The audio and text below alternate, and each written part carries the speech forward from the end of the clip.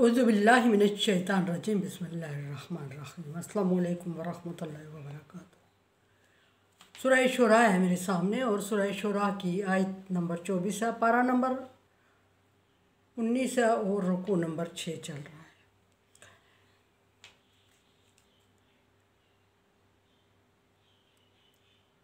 अल्लाह तबारक व तआला ने मूसा अलैहिस्सलाम को फ़िरौन की तरफ जाने का हुक्म दिया और फरमाया कि जा और उसको दीन हक़ का पैगाम सुना, अल्लाह वहदहू ला शरीक की तरफ बुला।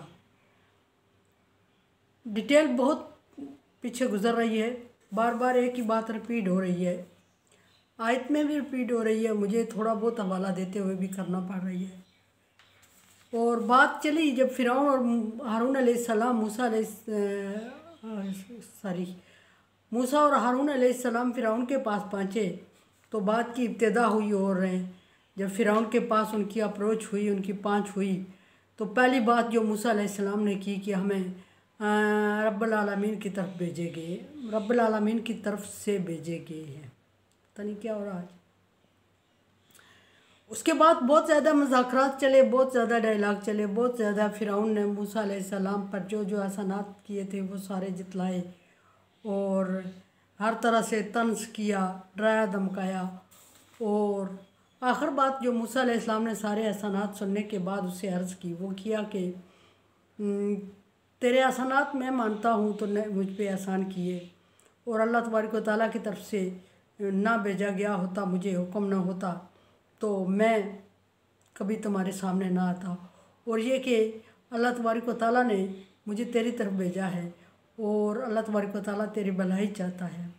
और मैं मानता हूँ कि मुझसे जुर्म सरज़द हुआ है, लेकिन वो अनजाने में हुआ है, उस वक्त मैं इल्म नहीं रखता था। अब अल्लाह तबारक व तआला ने मुझे इल्म अता फ़रमाया है और क्या नबूवत का इल्म अता फ़रमाया, मुझे नबियों में मुंतखब किया। अल्लाह तबारक व तआला ने मुझे नबूवत दी, मुझे रसालत अता फ़रमाई।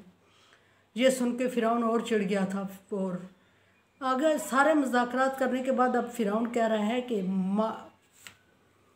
फ़िरौन ने मूसा अलैहिस्सलाम से कहा कि वमा रब्बुल आलमीन, और आप किस रब्बुल आलमीन की बात कर रहे हैं, कौन है रब्बुल आलमीन। फ़िरौन चूँकि अपने आप को रब कहलवा रहा था और सारे मानते भी थे उसको किसी हद तक लोग। पीछे मैंने अर्ज़ किया मजबूरी से, खुशी से या हालात से मुतासर होके फ़िरौन ने कहा कि कौन है रब्बुल आलमीन। अब मूसा अलैहिस्सलाम यानी फ़िरौन के कहने का मतलब ये है कि पीछे कल मैं बात कर चुकी हूँ कि पालता मैं हूँ, एहसानात मैं करता हूँ, वो रब को नहीं मानता। फ़िरौन रब को नहीं मानता था।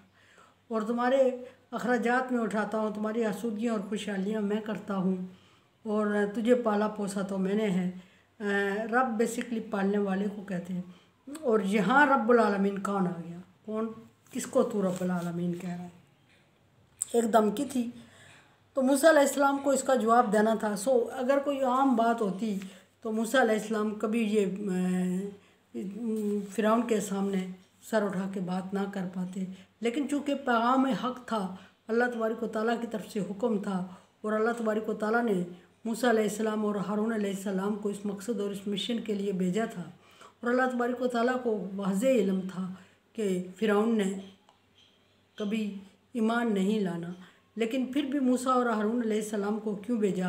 अल्लाह तबारक व तआला की ये फितरत है कि हमेशा अपने गरीब और कमज़ोर बंदे को नबूवत अता फ़रमा कर, इल्म अता फ़रमा के ज़ालिम और जाबर के सामने खड़ा करता है।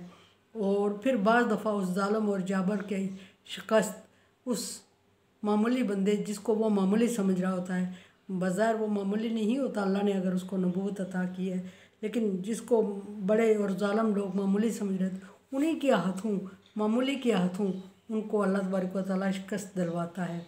ये अल्लाह तबारक व तआला की फितरत है। जैसे मक्के के बड़े लोगों को, अबू जहल को, इन लोगों को नबी सल्लल्लाहु अलैहि वसल्लम के हाथों शिकस्त दिलवा के दीन इस्लाम का बोलबाला फरमाया।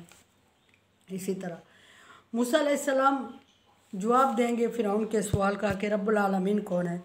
मूसा अलैहिस्सलाम ने फरमाया, काला मूसा अलैहिस्सलाम ने फरमाया, रब्बुस समावाति वल अर्ज़, रब्बुल आलमीन वो ज़ात है जो ज़मीन और आसमान का रब है, जिसने ज़मीन और आसमान को पैदा किया, जिसने ज़मीन और आसमान की परवरिश की, जिसने ज़मीन और आसमान को सजाया, जिसने ज़मीन को मुर्दा होने के बाद ज़िंदा किया, जिसने ज़मीन में अनवा अक़साम की नेमतें उगाई, जिसने ज़मीन में इंसानों के लिए अनाज, जानवरों के लिए चारा उगाया, और जिसने ज़मीन में जड़ी बूटियाँ इंसान के फ़ायदे के लिए उगाई, और जिसने ज़मीन को सजाया है, और जिसने ज़मीन में पहाड़ों को गाड़ा है, जिसने ज़मीन में पानी के चश्मों को जारी किया, वो रब्बुल आलमीन है। और जिसने ज़मीन को इंसान के फ़ायदे के लिए मसख़र कर दिया, और जिसने ज़मीन को हुक्म दिया कि वो इंसानी बॉडी को मरने के बाद भी अपने अंदर दफन होने की इजाज़त देती है, अगर ज़मीन चाहे तो उगल दे।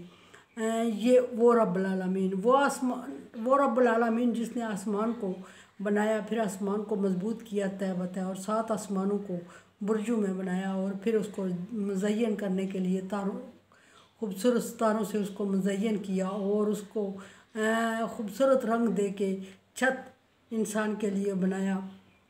वो रब्बुल आलमीन जो ज़मीन और आसमान के दरमियान, या इससे बाहर भी अगर कोई कायनात होती, इससे बाहर आसमान से ज़मीन से बाहर कोई कायनात नहीं है, कोई चीज़ नहीं है, अगर इससे बाहर कोई होती तो उसका भी रब होता।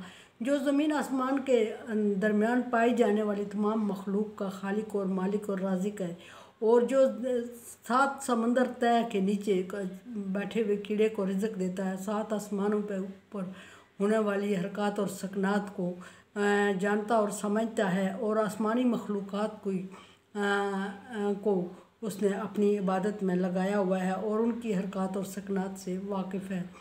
और वो रब्बुल आलमीन जो ज़र्रे ज़र्रे से वाकिफ़ है, जो इंसान की एक एक सांस का हिसाब रखता है, किसने कहाँ मरना है, कितने टाइम में मरना है, और कितना रिज़्क़ खाना है, कितना रिज़्क़ के बाद उसने दुनिया छोड़नी है, और किस हाल में छोड़नी है। वो रब्बुल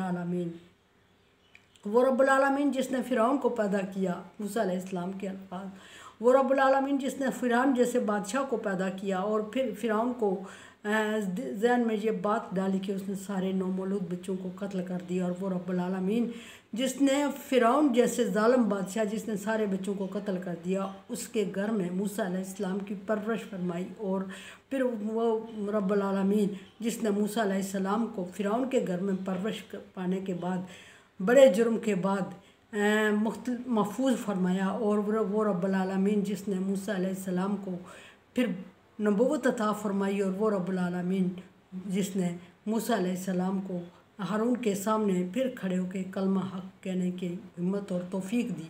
और मूसा अलैहिस्सलाम आज ज़ालिम बादशाह के सामने खड़े होकर दुनिया का सबसे बड़ा काम ज़ालिम बादशाह के सामने कलमा हक कहना है, और मूसा अलैहिस्सलाम ज़ालिम बादशाह के सामने खड़े होकर कलमा हक कह रहे हैं।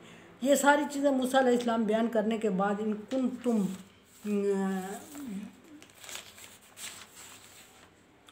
मुकिनीन, अगर तुम्हें यकीन आ रहा है तो ये रब्बुल आलमीन है।